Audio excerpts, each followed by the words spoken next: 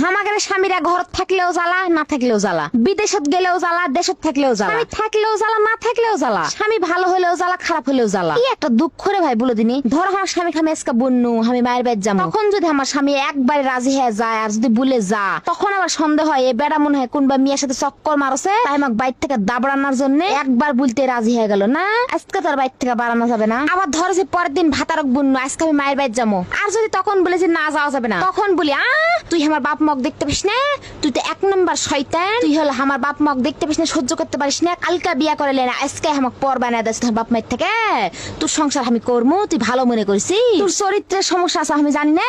আবার ধরো যে স্বামী সারাদিন ঘর বসে থাকে, তখন আর ভালো লাগে না, খালি জিয়ের মধ্যে জলে জলে এই বেড়া খালি ঘরের ভিতরে সারাদিন শুয়ে থাকে। আবার ধরো যে স্বামী দূর চাকরি করতে গেছে, তখন আর ভালো লাগে না, তখন মনে হয় বউ বাড়ি থেকে যাওয়ার জন্য বিয়া করেছিল, তুই দূরত থাকবো, চাকরি করবো আর আমাকে বাইর থাকবো, এলে তো মানে লাও যাবে না, তোর সাথে আমি আর সংসার করবো না। আবার স্বামী যদি দেশত থাকে, ভালো ইনকাম করতে না পারে, তখন খালি শরীরের মধ্যে জলে কি করতে যে এই বেটার সাথে বিয়া হয়েছিল, আমি জীবনটা আমার একটা শেষ করে দিল, কোনো সুখ শান্তি হলো না, কোনো সকাল আদা পূরণ হলো না, কোনো সোনা দানা গয়নাগাটির বিদেশ কিচ্ছু ঘুরতে পারে না, জীবনটা আমার একটা শেষ করে দিল। আবার যদি স্বামী বিদেশ চলে যায়, তখন কি বলি, আমার টাকা পয়সা কিছু লাগবে না, তুমি বাড়িতে ঘুরে চলে আসো, দুজনে পুন্তা দেব হাত মাখা খামো, তাও তোমাকে আমি বিদেশ থাকতে দেবো না, আমার টাকা পয়সা কিচ্ছু লাগবে না, স্বামী তুমি বাড়িতে চলে আসো, নুন খায় থাকবো আমরা দুজনে। তখন যদি ভাত আর বাইক না আসে, তখন কি বলি জানেন, জীবনে আর দাম থাকলো না তোকে বিয়া করে, টাকা পয়সা সোনা দানা দিলে খালি সুখ হয়, জীবনে আর শান্তি হলো না তোকে বিয়া করে আমার দিয়া। ধরো স্বামী বিদেশ থেকে বাইক চলে এলো, আচ্ছা খালি ঘর ছুট থাকে, তখন কি মনে হয় জানেন, তখন খালি ঝগড়া শুরু হয়।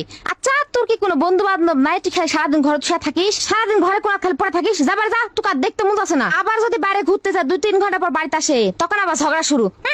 তুই তো আমাকে দেখতে পাস না, তোর বউ আছে, ছাওয়াল আছে, তোর কোনো বউ বাড়িতে আছে কিনা, তোর কোনো খোঁজ আছে, বন্ধু বান্ধব লিয়ে থাকগা যা, আমার তো আর কোনো দরকার নাই তোর। আমার যদি সত্যি দরকার থাকতো, তাহলে তুই 2-3 ঘন্টা ধরে যা বাজারত পড়ে থাকতো, যা তুই তোর বন্ধু বান্ধবের সাথে থাকে গা, আমার দরকার নাই, আমার ঘর তার স্থানও নাই তোর, যা বাইরে যা, যা বন্ধু বান্ধবের সাথে যা থাকে গা, মোবাইল কর করে যাওয়ার কাছে। এখন আমি বলেছি ভাই, এদের এতক্ষণ ধরে ঝগড়া শুনলেন, আমার বেবাকের বাড়ি বাড়ি বাঙালির বাড়ি বাড়ি যে ঝগড়া গুলা হয়, তা আসলে এই ঝগড়ার দুষ্কার কে ঝগড়া করে, এই ঝগড়ার জন্য কে দায়ী, আমরা না আমাদের ভাতারেরা, এটাই তো চিন্তা করে পাই না, আসলে কে দায়ী, বউ না বর? তোমরা এনা কমেন্ট করে আমাকে বলে যাও তো, আসলে এটি কে দায়ী?